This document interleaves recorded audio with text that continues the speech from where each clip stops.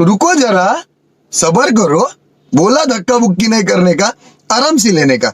हाँ, पहला रास्ता देश में हमेशा के लिए हिंदुओं का बहुमत बनाकर रखो। हमारा बहुमत है, हम सुरक्षित रहेंगे। सूर्यवान तो है ही, पर सूर्यवान 10 और सामने 1000 है तो सूर्यवान भी मारा जाएगा या नहीं? आज सूर्यवान 55 है तो सूर्यवान जीतेगा, पर बहुमत तो रहना चाहिए ना। इसलिए हिंदुओं का बहुमत बनाकर रखो। आप पूछोगे कैसे करें? झूठ बोलो, बार बार झूठ बोलो। सीधी बात है भाई, सरकार पर कब्जा करके 2 से ज्यादा बच्चा पैदा करने वाले मुसलमानों पर नियंत्रण लगा दो। आप पूछेंगे अरे कर लेंगे, नेता बहुत देख लिए। आप पूछेंगे नियंत्रण कैसे डालेंगे? 2 से ज्यादा बच्चा पैदा करेंगे, उसको रेशन का अन्न नहीं मिलेगा, उनके बच्चे को सरकारी स्कूल हॉस्पिटल में मुफ्त में सेवा नहीं मिलेगी, उनको बैंकों से लोन नहीं मिलेगी, सरकारी नौकरी नहीं मिलेगी, चुनाव लड़ने नहीं दिया जाएगा, उसको मताधिकार छीन लिया जाएगा। बोलो सब कंट्रोल में आ जाएंगे या नहीं? हमें जिंदा रहना होगा तो यह करना ही होगा, इसके अलावा कोई रास्ता नहीं। दूसरा, भारत की सरकार पर हिंदुओं का कंट्रोल होना चाहिए। आप पूछेंगे उनका अर्थ क्या? भाजपा का कंट्रोल बिल्कुल। कैसे कैसे लोग रहते हैं यार यहाँ पर। साला तुमको पागल कुत्ते का गाड़ी उठा के ले जाएगा, बता रहे हैं हम। बिल्कुल नहीं, कांग्रेस का बिल्कुल नहीं, हिंदुओं का। आप पूछेंगे वो कैसे? तो देश में राष्ट्रपति हिंदू ही बन सकेगा, किसी भी जाति का।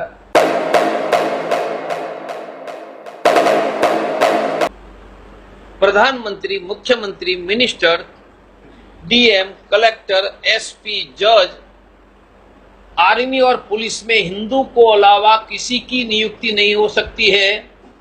तो बोलो सरकार पर कंट्रोल आ गया है? नहीं। यह व्यवस्था को कहते हैं हिंदू राष्ट्र। कैसे होगा? भारत के संविधान में 2 शब्द नहीं थे, डाल दिया इंदिरा गांधी ने इमरजेंसी में। बोलो इंदिरा गांधी ने 2 शब्द डाला तो हटा सकते हैं या नहीं? हटा। चूतिया है, कौन है ये?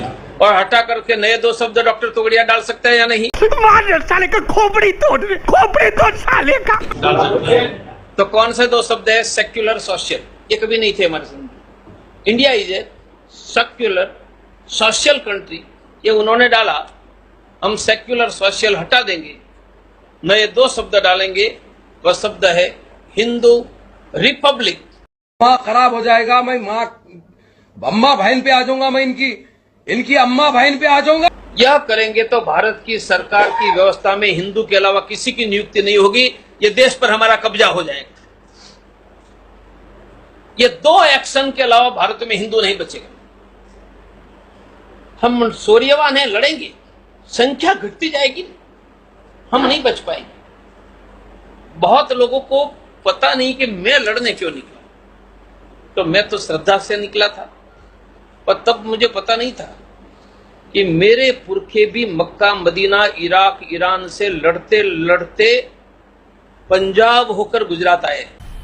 मजा आया, और मैं ये जो मजा है हिंदुस्तान के हर व्यक्ति को देना चाहता हूं। नहीं। अब हिंदू नहीं बचेगा तो कहां जाएंगे?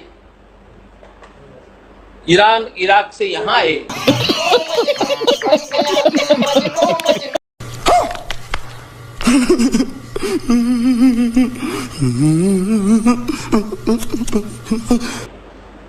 यहां से कहां जाएंगे? और हम भी कहां जाएंगे? और आज भारत में हमारी संख्या है 100 करोड़। मन बना है, हमने यदि यह ताकत लगाई तो भारत में यह करना संभव है। यही करने का संकल्प लेकर मैं निकला था, निकला हूं, और आगे भी मुझे निकलना है। देश की जनता का समर्थन जिस प्रकार से मिला, मैं जब गुजरात में निकला तब मेरे साथ 10 लोग नहीं थे। जब मैं हिम्मत करके निकला तो लाखों की आंधियां पीछे आ गई थी। आज तो देश में 10 नहीं लाखों लोग हैं, हिम्मत करके समर्थन देते हैं। हिंदुओं की सुरक्षा की फुल प्रूफ व्यवस्था हो जाएगी। यह व्यवस्था में राम मंदिर भी बन जाएगा, गौहत्या बंदी का कानून भी होगा, कश्मीर के हिंदू को बसाने का भी हो जाएगा। ये सभी उनसे जुड़े हुए मुद्दे हैं।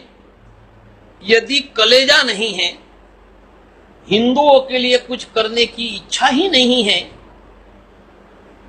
हिंदुओं को मूर्ख बनाने का, और ये मूर्ख लोग हमें वोट नहीं देंगे तो कहां जाएंगे, यही बात है, तो वोट तो किसी को मिल जाएगा। हिंदुओं का फ्यूचर क्या? बस मेरे भाइयों, फ्यूचर हम मिलकर तय करेंगे। लाखों करोड़ों लोगों के मन में यह भाव है और उनमें से हमारा आर्थिक विकास का रास्ता भी निकलेगा। जनसंख्या का नियंत्रण करोगे तो रोजगार भी मिलेगा, जनसंख्या का नियंत्रण करोगे तो शिक्षा में भी मदद मिलेगी, वरना टैक्स हम भरते रहेंगे, वह बच्चा पैदा करते रहेंगे, ना हमें रोजगार मिलेगा, ना हमें शिक्षा में मदद मिलेगी। हमें शिक्षा, रोजगार और आर्थिक समृद्धि प्राप्त करनी है तो देश की जनसंख्या का नियंत्रण करवाओ, और हिंदुओं ने तो नियंत्रण कर लिया है, नहीं हो रहा है वहां, उनसे हिंदू भी बचेगा, हमारी आर्थिक समृद्धि बचेगी।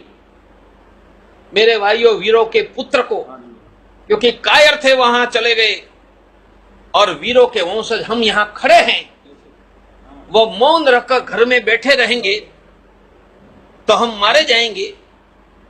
और हिम्मत करके हमारे साथ निकलोगे तो हिंदू जाति को विजेता बनाकर 500,000 वर्षों के बाद हमारा वंशजों का नाम लेने की कोई हिम्मत न करे, ऐसा समर्थ भारत में यह देश में खड़ा कर ले। ये करने के लिए आप सबका सहयोग चाहिए। क्या हुआ, किसने क्या किया, उसमें मेरी कोई रुचि नहीं है। इतिहास में अनेक घटनाएं होती है, अप्स भी आता है, डाउन्स भी आता है, आगे पीछे होता है, हो गया हो गया। हम आगे क्या करेंगे? हम आगे हिंदुओं की रक्षा करने वाली, हिंदुओं की समृद्धि देने वाली हम व्यवस्था खड़ी करेंगे, और यह व्यवस्था में कंधे से कंधे मिलाकर काम करने का आप संकल्प करो। हम हर गुरुवार को मीटिंग हर एक वार्ड में पूरे देश में करने जा रहे हैं, गांवों तक। उनको कहते हैं हिंदू केंद्र, और हिंदू केंद्र 5 काम करेगा। हिंदू केंद्र घरों घरों में थैली बांटकर कहेंगे 1 मुट्ठी अनाज डालो, और एकादशी के दिन एकत्रित करके गरीब हिंदुओं को अनाज देगा। 1 लाख घरों से एकत्रित हो रहा, कोई हिंदू भूखा नहीं रहेगा। यह हिंदू केंद्र मुफ्त में ब्लड प्रेशर, शुगर की जांच करके पैसे नहीं हो गए, उसको दिल्ली में प्राइवेट का मुफ्त में डॉक्टर देगा। कोई हिंदू परिवार बिना डॉक्टर नहीं रहेगा। वह मुफ्त में गरीबों को एडवोकेट देगा, रोजगार में मदद करेगा, और हिंदुओं की रक्षा के लिए धरने प्रदर्शन करेगा। ये 5 काम हिंदू केंद्र के द्वारा करना। हिंदू केंद्र में आएगा वह हिंदू साथी, वह सप्ताह में 10 लोगों को मिलकर आएगा। आज जितने कार्यकर्ता आए हैं, हर एक वार्ड में आप गुरुवार से मीटिंग शुरू करो, हम मिलकर एक अभियान चलाए। मेरा प्रयास है कि जिनको मिलेंगे उनको कहेंगे कि आप हर रोज हिंदू राष्ट्र की जय बोलो, और मैं हिंदू राष्ट्र के लिए वोट डालूंगा।